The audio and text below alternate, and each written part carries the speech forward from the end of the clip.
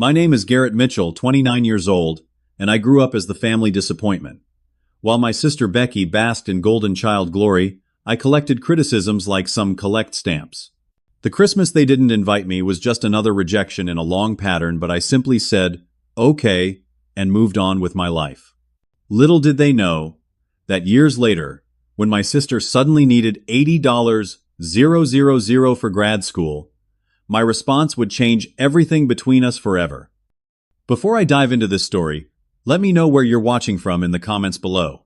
If this resonates with you at all, please hit that like button and subscribe to the channel for more real stories about overcoming family struggles. I grew up in a typical middle-class neighborhood in Columbus, Ohio. Our house was the one with the perfectly maintained lawn, my dad Thomas, making sure every blade of grass was the right height. My mom Martha kept the inside just as perfect. From the outside, we looked like the ideal American family. But inside those walls, a different story unfolded. The favoritism started early. For as long as I can remember, my sister Becky, 3 years younger than me, was the center of attention. Christmas mornings told the story clearly. Becky would unwrap a mountain of carefully selected gifts, while I received practical items, or whatever toy was popular that year, with little thought to my actual interests. Birthdays followed the same pattern. Becky got all A's again. My parents would announce to relatives, neighbors, and basically anyone who would listen. Meanwhile, my report cards were scrutinized for any grade below a B. What they didn't know at the time was that I was struggling with undiagnosed ADHD. Sitting still in class was torture, and focusing on subjects that didn't capture my interest seemed impossible. Why can't you be more like your sister became the soundtrack of my childhood.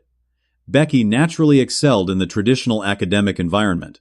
She memorized, easily followed instructions perfectly, and charmed every teacher she met.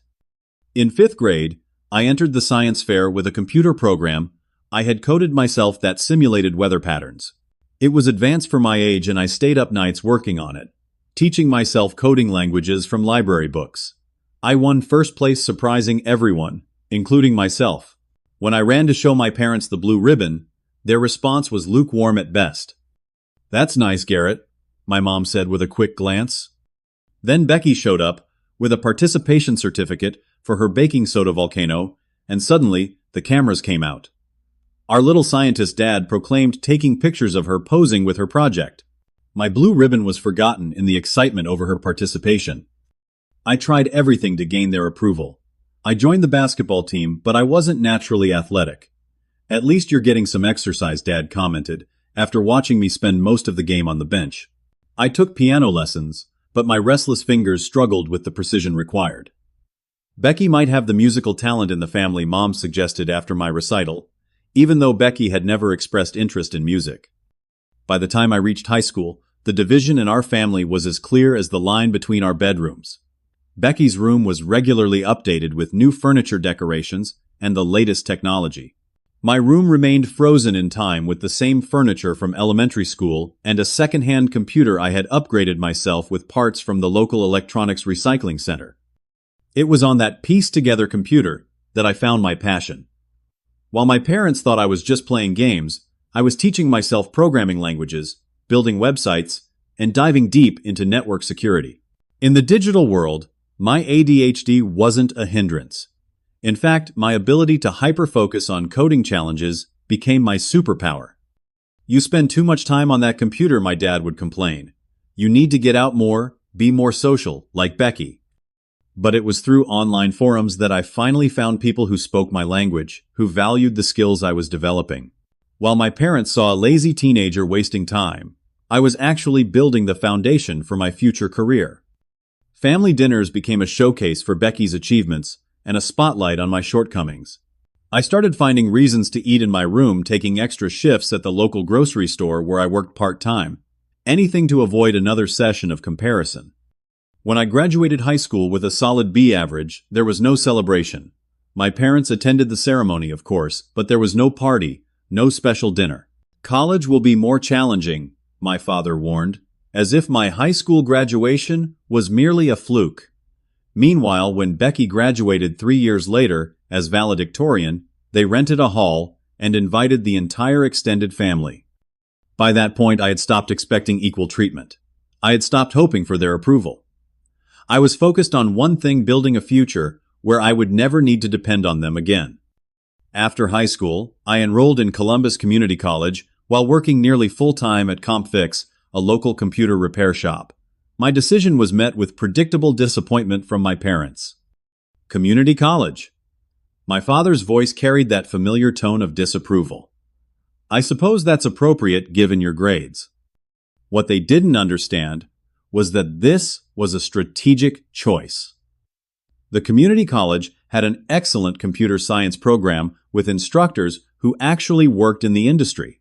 Plus, I could afford it without going into massive debt or asking my parents for money. Meanwhile, Becky had been accepted to Cornell University with a partial scholarship. My parents proudly covered the remaining tuition, buying her a new laptop, new clothes, and even a car to come home on weekends. The contrast couldn't have been more stark. "We're so proud of Becky," my mother told everyone at church. "She's going to be a doctor someday." When someone asked about me, she would simply say, "Garrett's also in school," and quickly change the subject. At CompFix, I met Liam Wilson, a fellow tech enthusiast who became the first person to truly see my potential. He was a few years older than me and had built a reputation for fixing the unfixable computers in town. "You have a gift," he told me after watching me diagnose a particularly tricky network issue. "You think differently than most people. That's not a weakness, it's a strength." Those simple words of affirmation meant more to me than any praise I'd ever received from my family.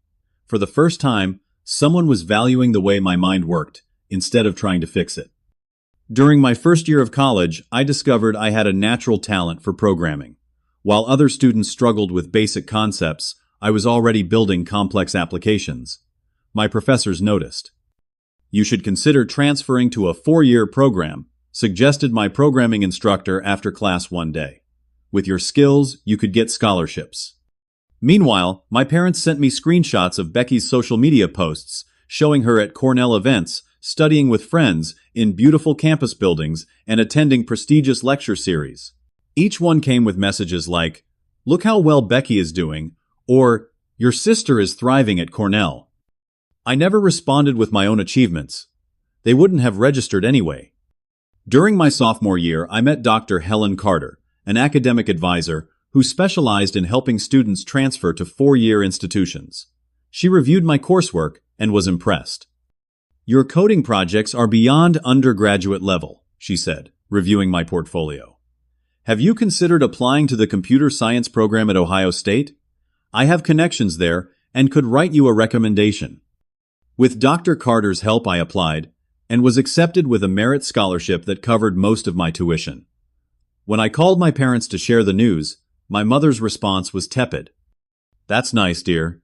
Did you see that Becky made the dean's list again?" It was during my first semester at Ohio State that I experienced the first major holiday rejection. Thanksgiving had always been a big event in our house, with extended family coming from across the state.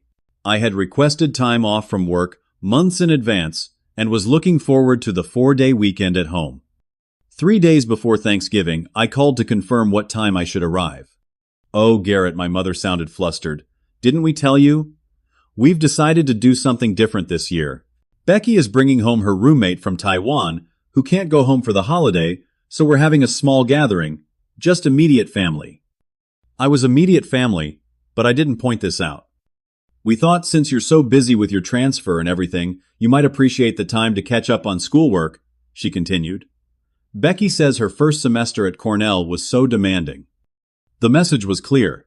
Becky's education was important. Mine was an afterthought.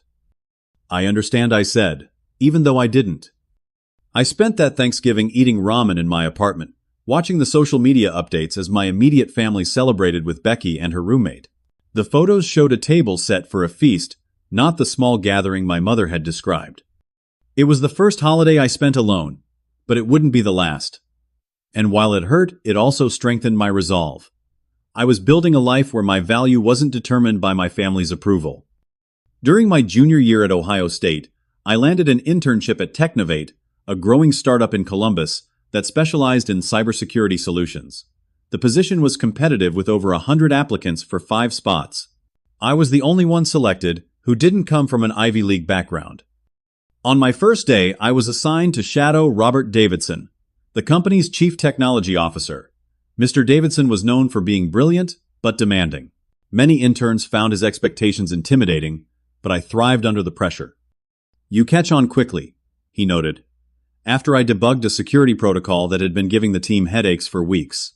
"Where did you learn to think like this?" "I've been taking apart and rebuilding systems since I was a kid," I explained.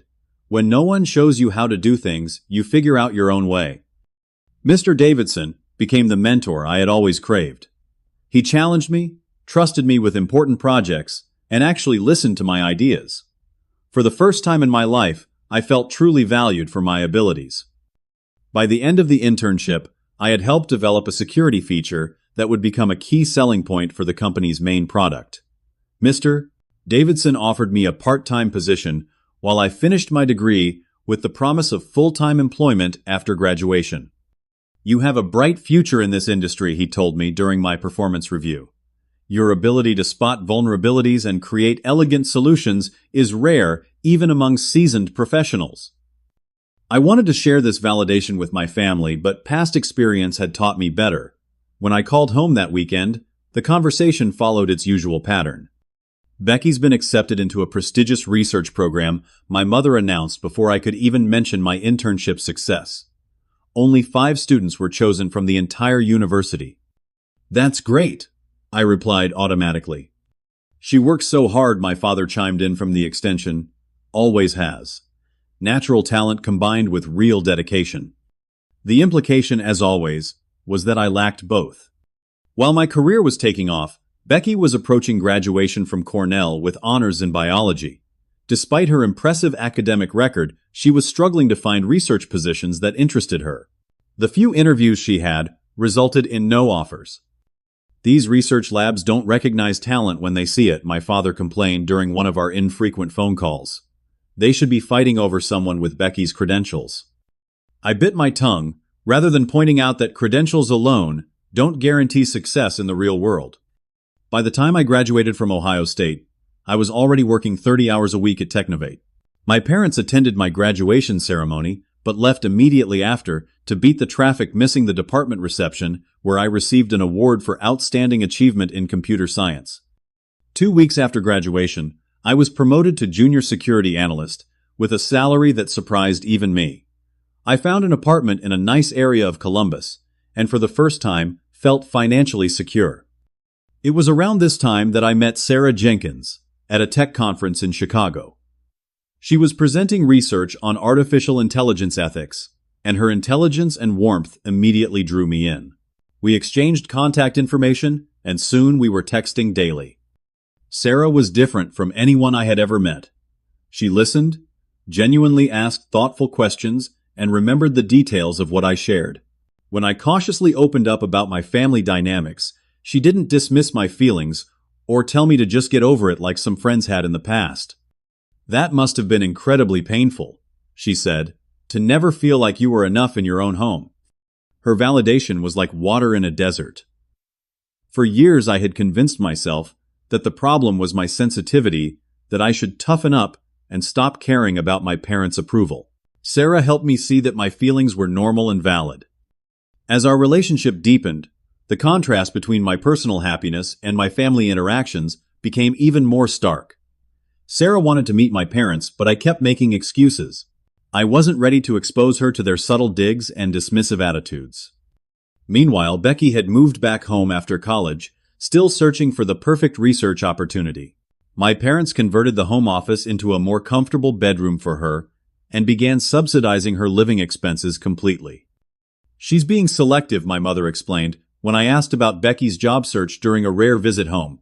"Someone with her qualifications shouldn't settle for just any position." The irony wasn't lost on me. If I had moved back home unemployed after college, I have no doubt my parents would have seen it as confirmation of my loser status rather than as selective patience.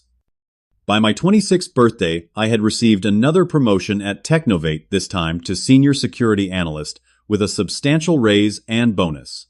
I used the bonus to put a down payment on a small but modern condo near downtown Columbus. When I called to share this news with my parents, my father's response was telling. "Real estate can be risky," he cautioned. "I hope you're not overextending yourself." No congratulations, no pride, just concerned that I might have made a poor decision. That same month, Becky finally found a research assistant position at a local pharmaceutical company. My parents threw a celebration dinner and invited the extended family. I was invited too as an afterthought with a text message sent the day before. I attended out of obligation, sitting quietly, as relatives congratulated Becky and my parents beamed with pride. No one asked about my recent promotion or home purchase. It was as if my achievements existed in a parallel universe invisible to my family. As Christmas approached that year, tensions in the family were higher than usual. Becky had started dating Jason Reynolds, a fellow researcher at her company whom my parents disliked for reasons they couldn't articulate. Every family interaction seemed to revolve around their relationship drama. I had planned to bring Sarah home for Christmas to finally introduce her to my family. We had been dating for over a year, and I couldn't put it off any longer without it seeming strange. The week before Christmas, I called home to confirm our plans and to let them know Sarah would be joining us.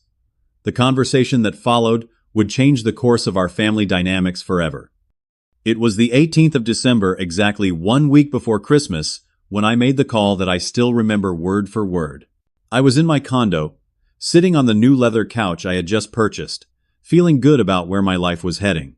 Sarah and I had been discussing moving in together, and I was even thinking about proposing in the coming year. I dialed my parents' number, expecting a quick conversation to confirm Christmas plans. My mother answered on the fourth ring. "Hello." "Hi, Mom. It's Garrett. I'm calling about Christmas. What time should Sarah and I arrive on the 25th? We're thinking of driving over in the morning, but I wanted to check if that works for everyone." There was a pause that lasted a beat too long. "Oh, Garrett." My mother's voice had that familiar, hesitant tone that always preceded bad news about Christmas this year. Another pause. In the background, I could hear what sounded like my father saying something. "The thing is," she continued, "Becky, and Jason just broke up. She's devastated, absolutely heartbroken. We think it's better if you don't come this year." I sat there, phone pressed against my ear, trying to process what I had just heard. "You don't want me to come to Christmas because Becky broke up with her boyfriend?" I finally managed to ask. "She needs family support right now, Garrett. You know how sensitive she is. And well, bringing your new girlfriend might just make things worse for her. It would be rubbing her face in it, you know." Sarah and I had been together for over a year. There was nothing new about our relationship. I could come alone. I offered, though. I wasn't sure why I was even trying to negotiate being included in my own family's Christmas. There was muffled conversation on the other end, and then my father's voice came on the line. "Look, Garrett, let's be straight here. Becky needs a peaceful Christmas to recover. You two have never really gotten along, and honestly, you bring down the mood with your attitude. This has been a hard year for her, and the last thing she needs is her brother showing up with some girl we've never met. Dad, Sarah isn't some girl. She's my girlfriend of over a year, and I wanted you to meet her." "Well, there's always next year," he dismissed. "The fact is, Becky needs us right now, and she specifically said having you there would make things uncomfortable. You've always been jealous of her success, and right now, she needs positive energy around her." I felt like I had been punched in the stomach. Jealous of her success. "Dad, I'm a senior security analyst at one of the fastest growing tech companies in the state. I just bought my own condo. How exactly am I jealous of Becky living in your house and having a job she complains about constantly?" "There you go again," my father's voice took on that familiar tone of disappointment.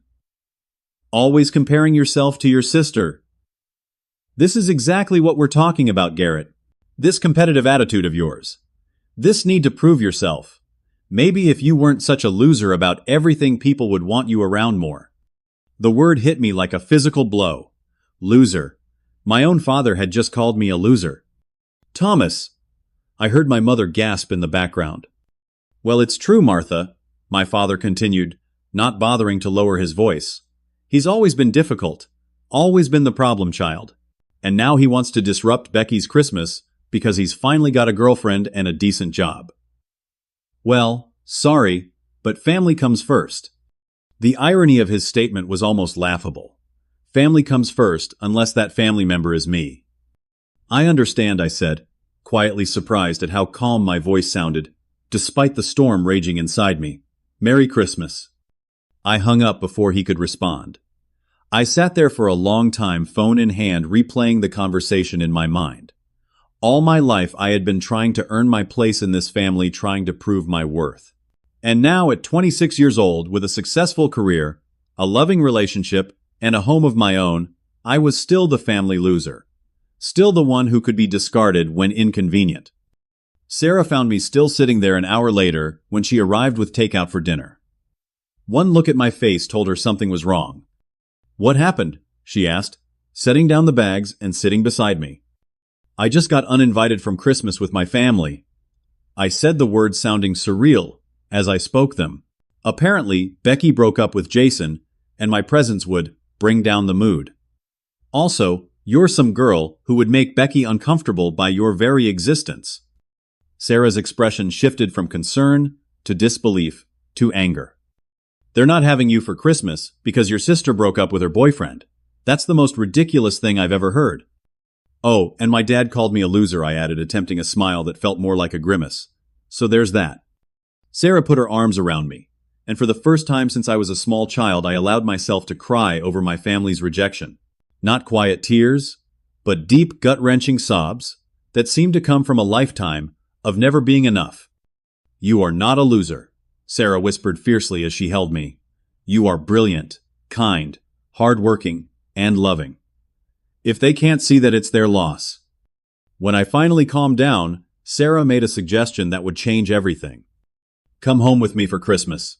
My family would love to meet you, and I promise no one will call you a loser or make you feel unwelcome." "Are you sure?" I asked. "I don't want to impose." "You wouldn't be imposing. My parents have been asking to meet you for months. Plus, my mom always makes enough food for an army." That Christmas with Sarah's family was revelatory. Her parents welcomed me warmly, included me in family traditions, and genuinely wanted to know about my life and work. Her brothers teased me good-naturedly, the way siblings should. It was the first time I experienced what a healthy family holiday could feel like. When Sarah's father raised a toast at Christmas dinner to the young man who makes our daughter so happy, I nearly choked up again. In one meal with this family, I had received more validation than in 26 years with my own. I sent my parents and Becky generic Christmas texts, receiving equally generic responses. But for the first time, their rejection didn't devastate me. I had responded with a simple, "okay," instead of fighting for inclusion, and in doing so, I had found something better. It was the beginning of a profound shift in how I viewed my relationship with my family. I stopped seeking their approval. I stopped hoping that the next achievement would finally make them see me. Instead, I decided to invest my emotional energy in people who actually valued me. As Sarah and I drove back to Columbus after the holidays, I felt lighter somehow, as if I'd set down a heavy burden I'd been carrying my entire life. I didn't know then that this Christmas rejection was setting the stage for an even more significant confrontation 3 years later. The months following that Christmas were transformative. With Sarah's encouragement, I started seeing Dr. Marcus Stevens, a therapist specializing in family trauma. Our weekly sessions helped me understand that the dynamic in my family wasn't my fault and never had been. "What you're describing is a classic golden child, scapegoat dynamic," Dr. Stevens explained during one session. "It has nothing to do with your actual worth, and everything to do with roles that were assigned to you and your sister long ago." Understanding the pattern didn't immediately heal the wound, but it gave me the perspective I needed to stop internalizing my family's narrative about me. At work, I channeled my energy into projects that challenged me. Mr. Davidson noticed my increased focus and productivity. "Whatever's lit a fire under you, keep it burning," he said, after I completed a major security overhaul ahead of schedule. "Your work has always been good, but lately, it's been exceptional." 6 months after the Christmas rejection, I was offered a position as team lead for security operations, managing a team of 5 analysts. The promotion came with another substantial salary increase, and stock options in the company. Around the same time, Sarah was offered a position at Ohio State University teaching computer ethics. We decided it was the perfect time to move in together, and she sold her apartment and moved into my condo. Living with Sarah showed me what genuine support looked like in day-to-day life.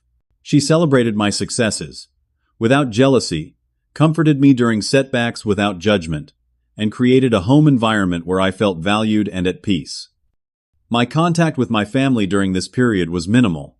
I sent birthday and holiday cards, responded to the occasional text, but initiated little contact. When I did speak with them, the conversations remained superficial, focusing on weather and general news rather than personal matters.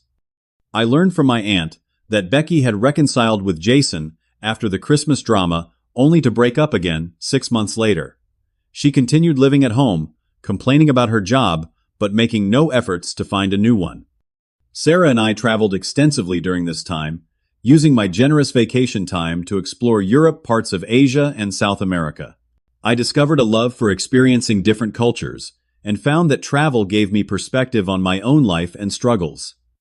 On our trip to Japan, during a quiet moment watching the sunrise from Mount Fuji, I proposed to Sarah. Her tearful yes was the happiest moment of my life. We planned a small wedding inviting only close friends and family. I sent invitations to my parents and Becky more out of obligation than expectation. To my surprise, they agreed to attend. The wedding was held at a beautiful garden venue in Columbus. Sarah was radiant in a simple white dress, and I had never felt more certain of any decision in my life. My parents arrived late to the ceremony, missing the cocktail hour entirely. They sat stiffly through the service, their expressions unreadable. Becky came with her newest boyfriend, a loud finance bro named Jason. Yes, another Jason who spent most of the reception at the open bar. During the father-daughter dance, I watched Sarah and her dad moving across the floor, their closeness evident in every step. When the mother-son dance was announced, my mother reluctantly joined me, maintaining a formal distance as we moved awkwardly to the music. "Lovely ceremony," she said in the tone one might use to comment on a stranger's choice of wallpaper. "Thank you for coming," I replied, equally formal. "Becky's been seeing someone new," she offered, as if this information was relevant to my wedding day. "He works in finance. Very successful." I merely nodded, refusing to be drawn into the familiar pattern on my wedding day. The reception continued, and I noticed my parents spending most of their time with Becky, and her date barely interacting with Sarah's family or our friends.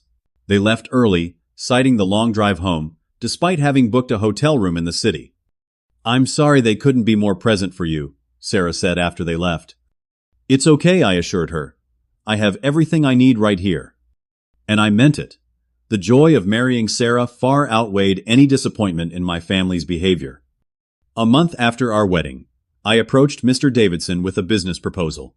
For years, I had been developing a security protocol that could detect and neutralize certain types of cyber threats before they infiltrated a system. I believed it had commercial potential beyond Technovate. "I want to start my own consulting firm," I explained, sharing the detailed business plan I had developed. I'd focus on implementing this protocol for financial institutions and healthcare organizations. To my surprise, Mr. Davidson was supportive. "I've been waiting for you to make this move," he said with a smile. "You've outgrown being an employee, Garrett. You're an innovator. Technovate would be interested in being your first client, and I'm happy to make introductions to other potential clients in my network." With Mr. Davidson's blessing and connections, I launched Mitchell Security Solutions. Sarah continued teaching, but helped with the business administration in her spare time. We converted the second bedroom of our condo into a home office, and I hired Liam from my CompFix days as my first employee. The first year was challenging but exhilarating. I worked longer hours than I ever had at Technovate, but the satisfaction of building something of my own made every late night worth it. By the end of the first year, we had secured contracts with 3 regional banks and a large healthcare provider. As the business grew, we needed more space. Sarah and I decided it was time to look for a house. We found a beautiful 4-bedroom home in a quiet neighborhood with excellent schools. Though we didn't have children yet, we were planning for the future. The day we closed on the house, I sent my parents a text with a photo sharing our news. My mother replied, with a thumbs up emoji. My father didn't respond at all. I told myself it didn't matter, but a small part of me still hoped for their approval, even after everything. By our second year of marriage, Mitchell Security Solutions had grown to 15 employees. We moved the business out of my home office and into a proper commercial space in downtown Columbus. The company's reputation for innovative security solutions was spreading beyond Ohio, and we began securing contracts with national organizations. Sarah and I settled into our new home, creating the warm, supportive environment I had always craved as a child. We hosted dinner parties for friends' holiday gatherings for Sarah's family, and game nights that often lasted until dawn. Our house became known as a place of laughter and acceptance. I maintained minimal contact with my own family during this time. Birthday cards, occasional texts, and brief phone calls on major holidays were the extent of our interaction. I learned through these sparse communications that Becky had broken up with finance Jason and was dating someone new. She had also finally moved out of my parents' house into an apartment, though they were still subsidizing her rent.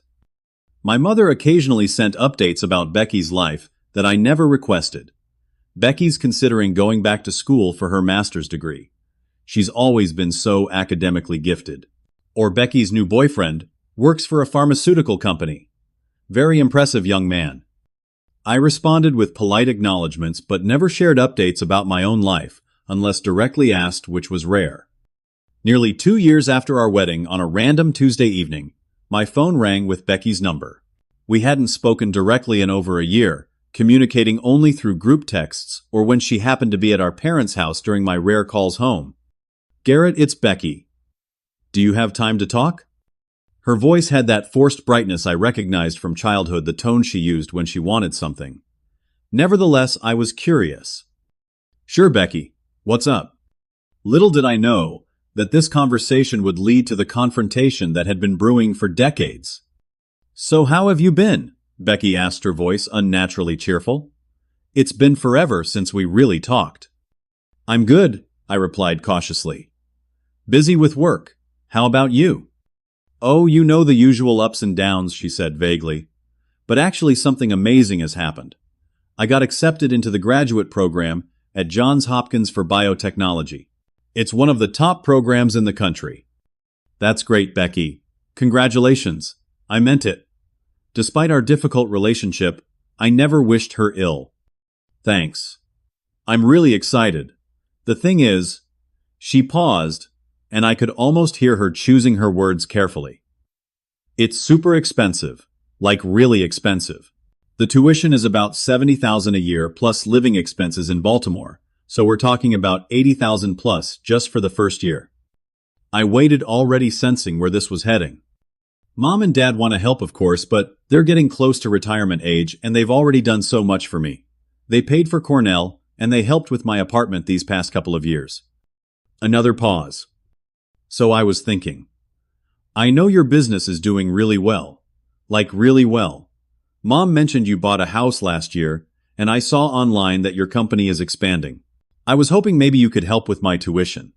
As a loan, of course. Though if you wanted to just gift it, that would be amazing too." I sat in stunned silence.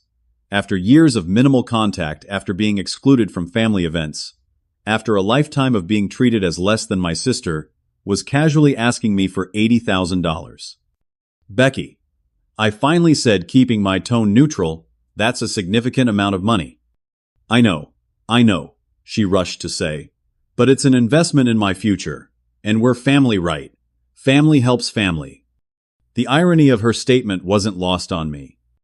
"I need some time to think about this," I replied, not willing to commit to a flat rejection over the phone.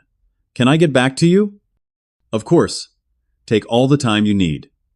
"Oh, and Mom and Dad are having a family dinner this Sunday. They asked me to invite you and Sarah. We could discuss it then if you want." It was all becoming clear. This wasn't a spontaneous call from a sister reconnecting. This was a coordinated effort. "Sunday works," I agreed, curious to see how this would play out. "What time?" 6 o'clock. "And Garrett, thank you for considering this. It means a lot." After hanging up, I immediately called Sarah at her office to fill her in. $80,000, she echoed in disbelief. "After how they've treated you, That's unbelievable. The best part is they've apparently planned a family dinner to discuss it, as if it's already decided that I'll be paying, and we're just working out the details. Sarah was quiet for a moment. Are we going? I think we should, I said, after considering it. If nothing else, it's time I address some things directly instead of just avoiding conflict.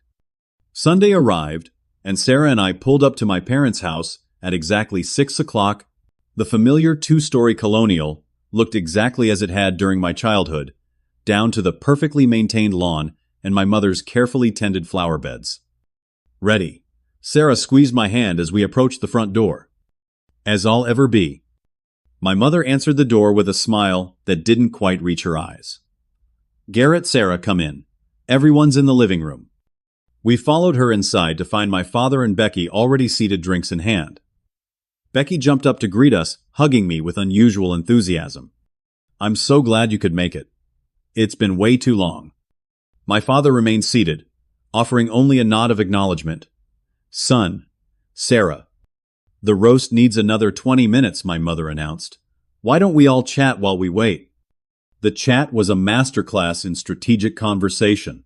My parents and Becky took turns highlighting Becky's accomplishments, the prestige of Johns Hopkins, and how this graduate program would be the launching pad for an illustrious career. Professor Wilson said, I have the most natural aptitude for research he's seen in years, Becky mentioned casually. He's the one who recommended I apply to Johns Hopkins specifically. My father nodded proudly. Always knew you were destined for greatness, Becky. Just needed the right opportunity. They studiously avoided asking anything substantive about my life or business. When Sarah mentioned a paper she had recently published, my mother listened politely before steering the conversation back to Becky's acceptance letter. Finally, over dessert, my father cleared his throat and got to the point. So Garrett, Becky tells us she's discussed her graduate school situation with you. She mentioned it. I replied neutrally. Well, it's a tremendous opportunity. Johns Hopkins is as prestigious as they come. Your mother and I have always supported Becky's education, of course, but at our age we need to be thinking about retirement. I nodded, waiting for him to continue. We know your business has been successful, he said, a statement rather than a question. Becky found an article about Mitchell Security Solutions winning some contract with a big bank. Seems like you're doing quite well for yourself. The business is stable, I acknowledged. Good. So, we thought given your financial situation, you might want to help your sister achieve her dreams. Family supporting family the way it should be. The way it should be. As if they had ever supported my dreams. How much were you thinking? I asked, curious, to hear the number they had in mind. My mother jumped in. Well, the tuition is $70,000, and then there's living expenses in Baltimore, which isn't cheap. We thought maybe you could cover the tuition, and we could help with the apartment and other expenses. I see. I took a sip of water, buying time to organize my thoughts. And this would be for both years of the program. Yes, Becky confirmed eagerly. It's a 2-year program, so about $140,000 total for tuition. But like I said, it could be a loan if that's easier. Though a gift would be amazing. She laughed, as if she'd made a joke. $140,000 is a significant investment, I observed. Investment is exactly the right word, my father said, leaning forward. An investment in Becky's future. And let's be honest, Garrett, you've always been the lucky one when it comes to money. Your business took off at just the right time in the tech boom. Becky has worked hard for everything she's achieved. And there it was. The familiar dismissal of my success as mere luck, the implication that I hadn't worked hard, that I somehow didn't deserve what I had built. Lucky, I repeated, feeling a calm clarity settle over me. Is that what you think? That I've just been lucky? Well, you have to admit, the tech industry has been on an upswing, my mother added. Becky's field is much more competitive. I looked around the table at my family. My father confident in his assumption that I would comply. My mother already planning how to tell her friends about Becky's prestigious graduate program. And Becky herself entitled and expectant, as she had been her entire life. No, I said simply. No. My father echoed, his expression shifting from confidence to confusion. What do you mean, no? I mean no, I will not be paying for Becky's graduate program. The silence that followed was absolute. Becky's mouth actually fell open in shock, as if the possibility of refusal had never occurred to her. But we're family, she sputtered. Family helps family. That's an interesting perspective, I replied, my voice steady. Where was that family sentiment when you specifically asked for me to be excluded from Christmas 3 years ago? Becky had the grace to look embarrassed, but my father jumped to her defense. That was a difficult time for her. She needed support, not criticism. And what about the support I needed? I asked. When have any of you ever supported me? We put a roof over your head food on the table, my father began, his face reddening. That's the bare minimum required by law, I interrupted. I'm talking about emotional support, encouragement, validation, the things parents are supposed to provide beyond basic necessities. Oh, here we go, my father rolled his eyes. The victim routine. Sarah tensed beside me, and I placed a hand on her knee silently, asking her to let me handle this. It's not a routine, Dad. It's the truth. My entire life, I've been the family disappointment, the one who wasn't good enough, the one whose achievements were dismissed or ignored. Becky was the golden child who could do no wrong, and I was. I paused, looking him directly in the eye. What was it you called me? A loser who brings down the mood. My mother gasped. Thomas, you didn't say that. He did, I confirmed. Right before uninviting me from Christmas. That was years ago, my father dismissed. And you're clearly still holding a grudge. This is exactly the negative attitude we were trying to avoid. It's not a grudge, it's a pattern. A lifelong pattern of favoritism and rejection. And now, after years of minimal contact, after excluding me from family events, after dismissing everything I've accomplished, you want me to give Becky $140,000. We're not asking for charity, my mother said defensively. Becky will pay it back once she's established in her career. Like she paid back the Cornell tuition, or the rent subsidies, or the car you bought her, I asked. Because, as far as I know, Becky has never had to repay any of the support you've given her. That's different, my father insisted. We're her parents. It's our job to support her. And yet I paid my own way through college, worked full-time while studying, built my business from the ground up without a penny from either of you. Because you insisted on being independent, my mother said, as if this were a character flaw. You always had to do things your way. I didn't insist on being independent, Mom. I had no choice. The support was never offered to me the way it was constantly offered to Becky. My sister, who had been uncharacteristically quiet, finally spoke up. This isn't fair, Garrett. You're successful now. You can afford to help me. I would help you if the situations were reversed. I turned to her, raising an eyebrow. Would you? When have you ever helped me with anything? Becky name. One time you used your golden child status to advocate for me, to include me, to make sure I was treated fairly. She opened her mouth, then closed it again, unable to provide a single example. That's what I thought, I said quietly. The truth is, you're not asking for help from family. You're asking for money from a bank. That's all I've ever been to this family. A resource to be used when convenient and ignored when not. That's a terrible thing to say, my mother gasped. Is it? Then explain to me why.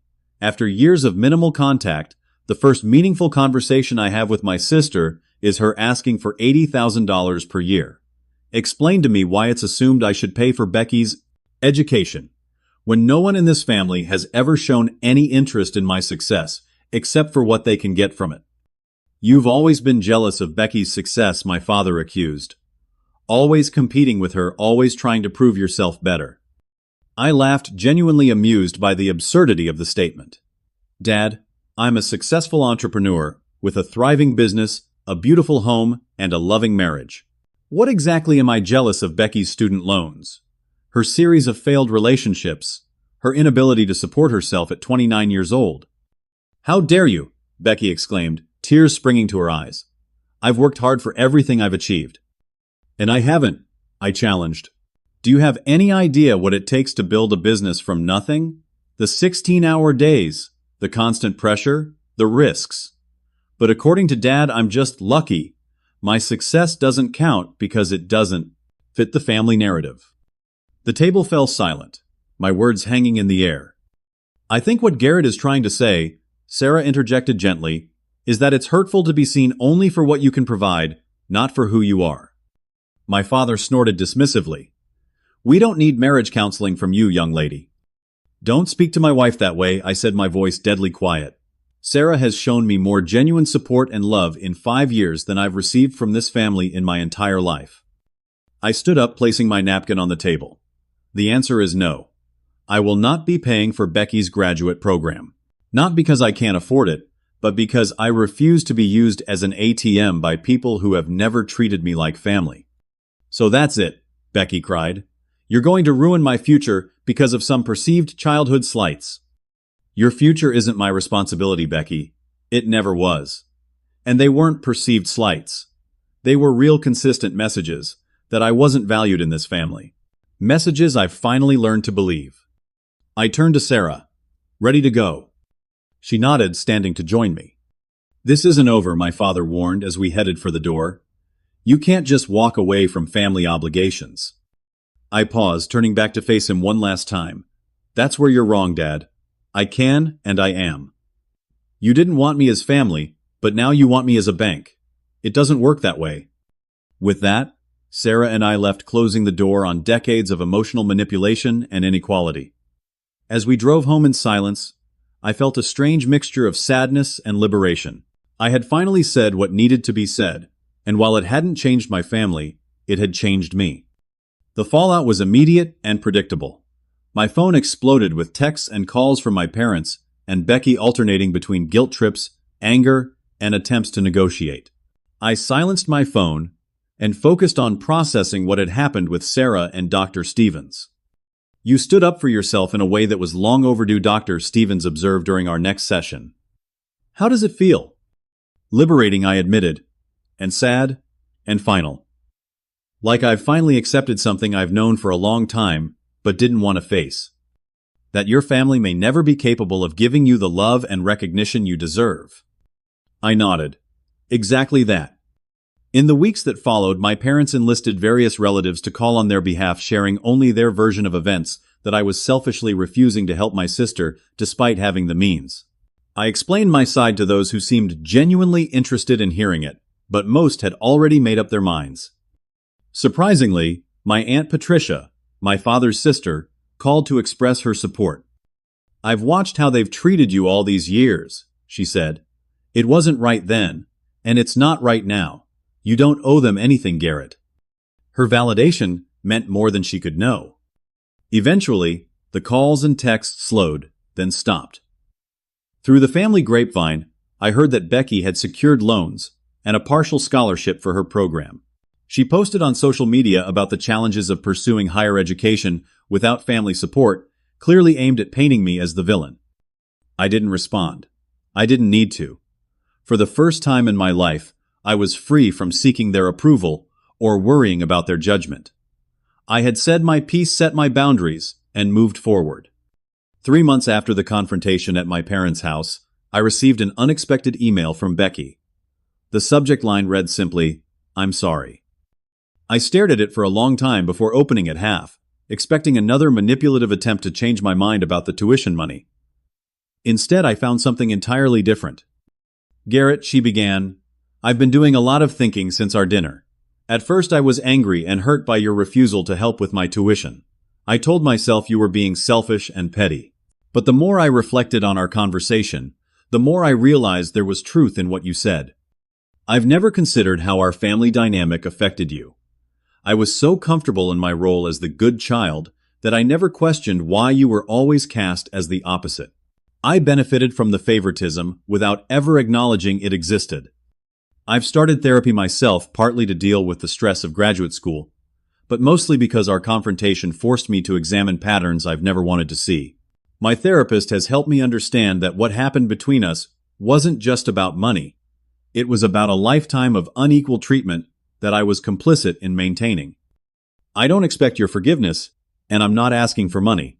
I've secured loans and a part-time research position that will cover my expenses. I just wanted you to know that I'm beginning to understand and I'm truly sorry for my part in hurting you. If you're ever open to it, I'd like to try to build a healthier relationship, on your terms, and only if, when you're ready. Becky. I read the email several times, letting the words sink in. It was the first time anyone in my family had acknowledged the dynamic that had shaped my childhood. The first time Becky had ever seen me as something other than competition or a resource. I showed the email to Sarah, who read it with raised eyebrows. "Wow," she said finally. "That's unexpected." I know, I agreed. I'm not sure how to respond, or if I should respond at all. What does your gut tell you? I thought about it. That it's sincere, but that one email doesn't erase decades of damage.